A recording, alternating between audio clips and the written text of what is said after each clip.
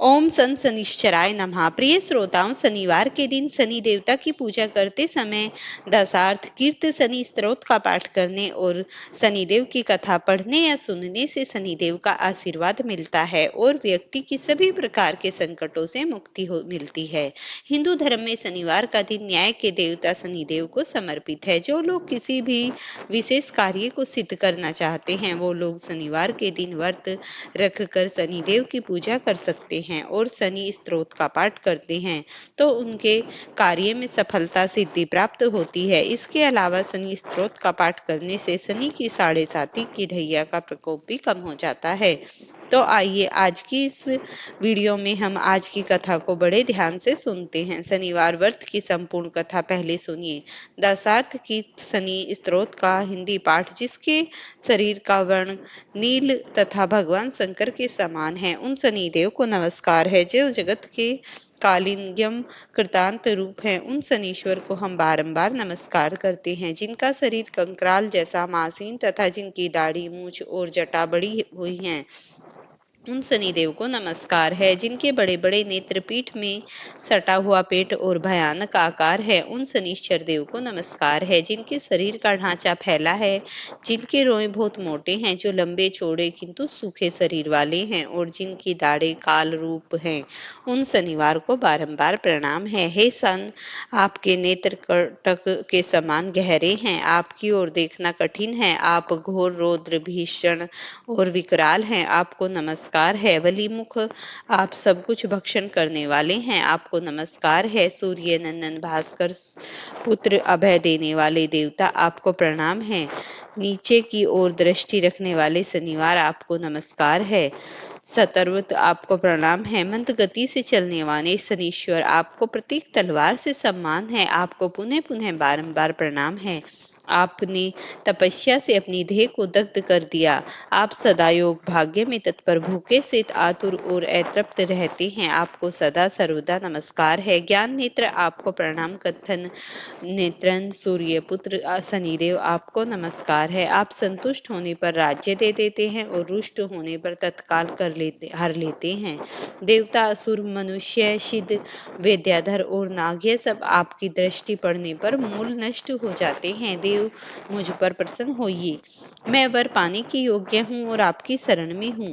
सभी प्रेम से बोलिए शनिदेव महाराज की जय हो। एक समय की बात है, एक ब्राह्मण राजा के महल के मुख्य द्वार पर बड़ी बुरी आत्माओं का बचाव करता था। एक दिन उसे एक अजीब सी आवाज सुनाई पड़ी, वह डर गया।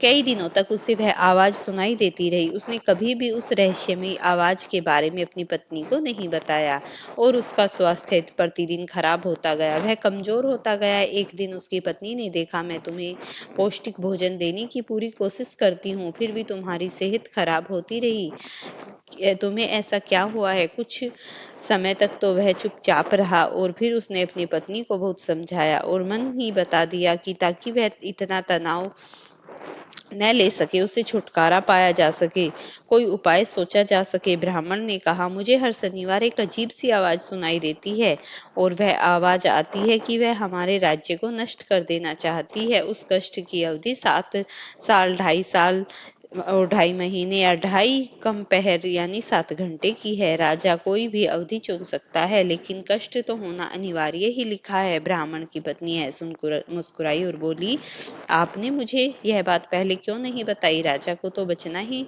होगा, चाहे हमें इसका कुछ भी क्यों न करना पड़े। आप 2.5 पहर का कष्ट सह लीजिए। आत्मा अगले दिन फिर महल में आई और वही संदेश दोहराया। अब की बार ब्राह्मण ने कहा, मैं राजा का कष्ट अपने ऊपर लेने को तैयार हूँ, आप 2.5 पहर तक मेरे ऊपर रह सकती हैं। आत्मा ब्राह्मण के इस प्रस्ताव पर प्रसन्न हुई। फिर ब्राह्मण नदी के किनारे गए। वे ध्यान में समय बिताते उसी पानी की तह पर 2 आम के फल तैरते हुए देखे। उन्होंने ऊपर से पकड़ा और अपनी जांग में नीचे रख लिया। राजा ने राजकुमार पिछले 2 दिनों से शिकार पर गए हुए थे। जब वे वापस लौटकर आए तो बहुत बेचैन और व्याकुल थे। उन्होंने राजकुमार को खोजने के लिए अपने दूतों को अलग-अलग दिशाओं में भेजा। संयोगवश उस दूत ने ब्राह्मण के पास पहुंचा और उसे यह अत्यंत आश्चर्य नहीं हुआ कि ब्राह्मण ने राजकुमार के सर अपनी जांघों के नीचे छुपा रखा है। उसने यह बात राजा को बताई। सुनकर राजा क्रोधित हो गए। उन्होंने ब्राह्मण को सूली पर चढ़ा देने या फांसी देने का आदेश दिया।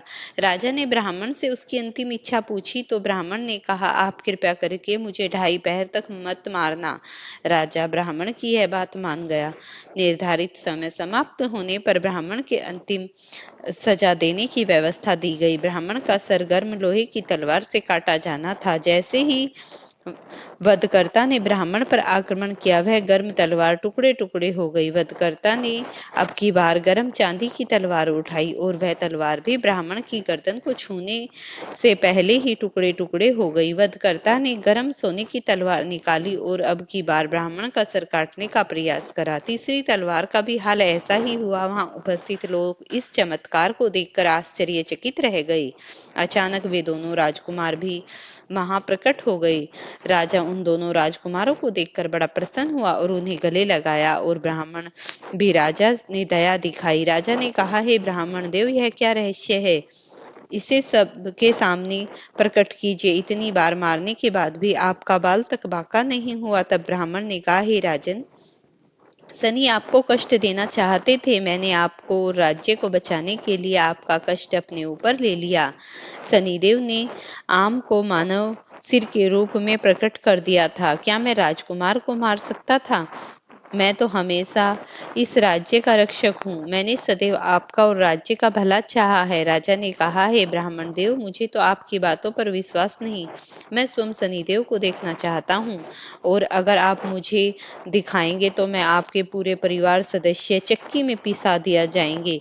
अब की बार तो राजा यह बात सुनकर ब्राह्मण देवता कांपने लगे। उन्होंने 1 सप्ताह का समय मांगा। इसके बाद वह घर गए तो उसकी पत्नी ने बहुत चतुर और बहुत बुद्धिमान से ब्राह्मण देवता को देखकर कहा, क्या बात है?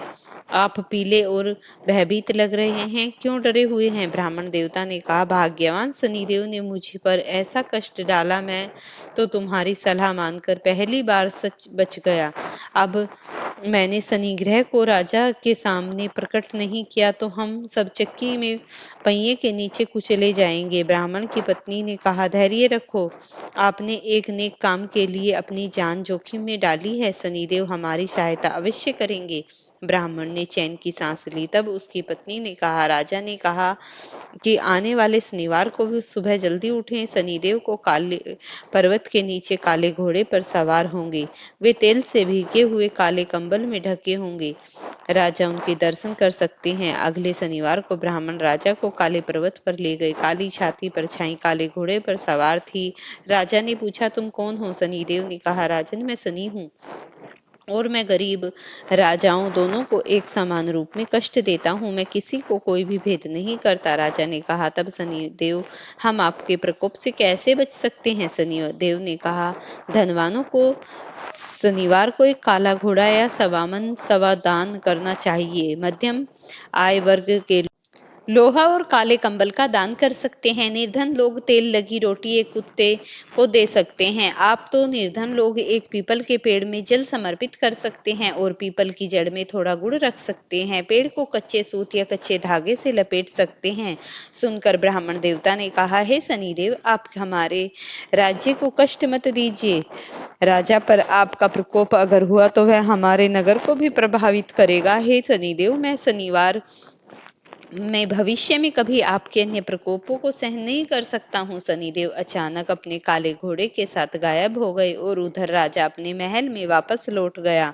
अब ब्राह्मण ने बहुत प्रसन्न था क्योंकि उन्होंने साक्षात सब कुछ अपनी आंखों से देखा। जब ब्राह्मण ने पत्नी को सारी घटना बताई तो वह सुनकर बहुत ही प्रसन्न हुई और इस प्रकार राजा भी शनिवार के नियमों का पालन करने लगा। अब तो उसने पूरे राज्य में घोषणा करा दी कि हर कोई अपनी सामर्थ्य और अपनी श्रद्धा के अनुसार शनिवार का पूजन करे ताकि शनिदेव के प्रकोप से बचा जा सके। एक बार की बात है, सभी प्रकार के देवी देवताओं में ये विवाद हो गया कि सब शनिदेव की पूजा करेंगे और पूरे भक्ति भाव से शनिदेव को मनाएंगे, तभी शनि की साढ़े साती से बच सकेंगे। इस प्रकार राजा ने पूरे सच्चे मन से अपने राज्य में शनिदेव का पूजन किया। शनिवार के दिन शनिदेव को तेल चढ़ाया और उनकी आराधना की। तब शनिदेव ने प्रसन्न होकर उनके राज्य की रक्षा की और उनकी प्रजा का पालन किया। अगर कोई इस प्रकार शनिदेव की पूजा करता है तो उनके सभी मनोरथ सिद्ध हो जाते हैं। प्रेम से बोलिए शनिदेव की जय हो। प्रिय भक्तों, वीडियो पसंद आए तो इसे लाइक और शेयर करना, चैनल पर नए हैं तो चैनल को सब्सक्राइब